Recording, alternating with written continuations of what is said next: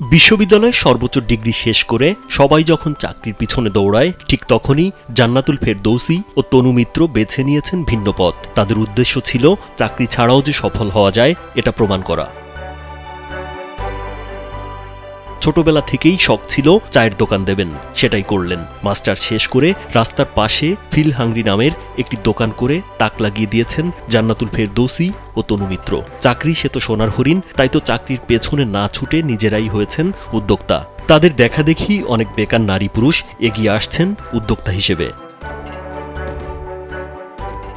জান্নাতুল ফেরদৌসী বরিশাল বিশ্ববিদ্যালয় থেকে বাংলা বিষয়ে স্নাতকোত্তর শেষ করেন, আর তনু মিত্র বরিশাল বিএম কলেজ থেকে ইংরেজি বিষয়ে স্নাতকোত্তর শেষ করে চাকরি করছেন স্থানীয় একটি সরকারি প্রাথমিক বিদ্যালয়ে। কামন ব্রো, এসব অনেক কিছু আসবে আর যাবে, এক্সপার্ট কিন্তু থেকেই যাবে। অবসর সময়ে বসে না থেকে তারা দুজন সিদ্ধান্ত নেন একটি চায়ের দোকান দেয়ার। ব্যবসায়ের প্রতি আসক্ত এবং আমার প্যাশন যাই বলেন এই ব্যবসায়ের প্রতি, সেখান থেকেই আমার এই ভালোবাসার যাত্রাটা শুরু। আমার বান্ধবী তনু মিত্র ও একটা প্রপোজাল দিল যে পাথরঘাটায় ফুড কার্ট নেই, আমরা স্টার্ট করতে পারি। আমরা সবাই মিলে রাজি হয়ে গেলাম। তো ওইখানেই আমাদের ফিল হাংরির যাত্রা শুরু। আর রেসপন্সের কথা যদি বলতে যাই, একটা প্রত্যন্ত অঞ্চল পাথরঘাটা, এমন একটা জায়গায় ব্যারিয়ার ভেঙে মেয়েদের কাজ শুরু করা এবং সোসাইটিতে এটা মেনে নেয়া। আমরা মনে করেছিলাম যে আমাদের অনেক ধরনের প্রতিবন্ধকতা সহ্য করতে হবে, কিন্তু পাথরঘাটাবাসীর প্রতি আমরা আন্তরিক কৃতজ্ঞতা জানাই। তারা আমাদেরকে যথেষ্ট পজিটিভলি নিয়েছে এবং আমাদের এই কাজকে তারা সাপোর্ট করছে। আশার চেয়ে বেশি রেসপন্স পাচ্ছি আমরা। সেই চিন্তা থেকেই বরগুনার পাথরঘাটা পৌরসভার সামনে প্রতিষ্ঠা করেন ফিল হাংরি নামে একটি দোকান। সেখানে চায়ের পাশাপাশি রুটি, হাঁসের মাংস, চিতই পিঠা, নকশি পিঠা, পাকন পিঠা, পাটিসাপটা, চিকেন পাস্তা, কাঁকড়া ফ্রাই, টুনা ফিশ ফ্রাই, দই ফুচকা, মালাই চা সহ 8 ধরনের চা বিক্রি করেন তারা। আমরা অনেকেই আছি গ্রাজুয়েশন কমপ্লিট করে ঘরে বসা, আমরা অনেকেই শুধু চাকরির পিছনে ছুটে চলি, কিন্তু আমাদের সবার উচিত চাকরির পিছনে না ছুটে সবারই উদ্যোক্তা হয়ে কিছু করা। আর আমার সবার প্রতি মেয়েদের শুধু মেয়েদের না, প্রত্যেকটা মানুষেরই একটা আইডেন্টিটি দরকার। তো আমরা চাকরির পিছনে না ছুটে নিজেরা উদ্যোক্তা হই, নিজেরা সৃজনশীল হই এবং আমাদের মতো তরুণ প্রজন্মের হাত ধরে বাংলাদেশ এগিয়ে যাক। আর আমাদের ফিল হাংরির জন্য অবশ্যই সবাই দোয়া করবেন। প্রতিদিন সন্ধ্যা হলেই তাদের দোকানে ভিড় করতে শুরু করে নানান বয়সীরা। মুখরোচক ও সুস্বাদু এই সব খাবার খেতে পাথরঘাটার আশেপাশের উপজেলা থেকেও ছুটে আসেন লোকজন।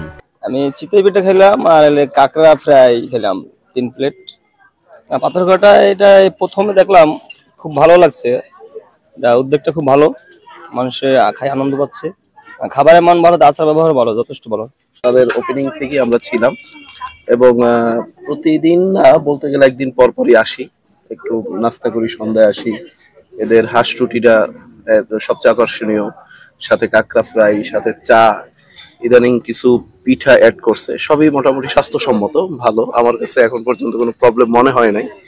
আশা করি এরা আরো ভালো করবে। বিকেলবেলা থেকে শুরু করে রাত অবধি এই ফিল হাংরিতে যারা খেতে আসে হালকা নাস্তা করার জন্য, তারা এটা খুব ভালোভাবেই তাদের গ্রহণ করছে। এছাড়াও বর্তমানে তারা শতাধিক বেকার নারী পুরুষদের নিয়ে পাথরঘাটা অনলাইন হাট বাজার নামে একটি অনলাইন গ্রুপ করেছেন। সেখানে তারা অনলাইনের মাধ্যমে হাতে তৈরি বিভিন্ন খাবার ও পণ্য সামগ্রী বিক্রি করেন। মেয়ে হিসাবে আমি সাহস পাচ্ছিলাম না যে এইভাবে পাথরঘাটা শুরু করব কিনা। আসলে পাথরঘাটা আর কোনো মেয়েরা ছিল না, তো তখন জান্নাতুল আপু আমার বিষয়টা বলে যে আমরা আসলে এরকম একটা কাজ করলে কেমন হয়। তখন আমি বলি যে হ্যাঁ, ভালোই হয়। তো তখন অনেকের পরামর্শ নিয়ে আসলে আমরা এই ফুড কার্ট কাজটা শুরু করি।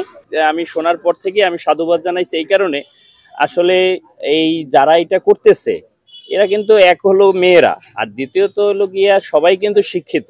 উপজেলা প্রশাসন ও জনপ্রতিনিধি থেকে শুরু করে সর্বস্তরের মানুষ তাদের কাজে সহযোগিতা করছেন।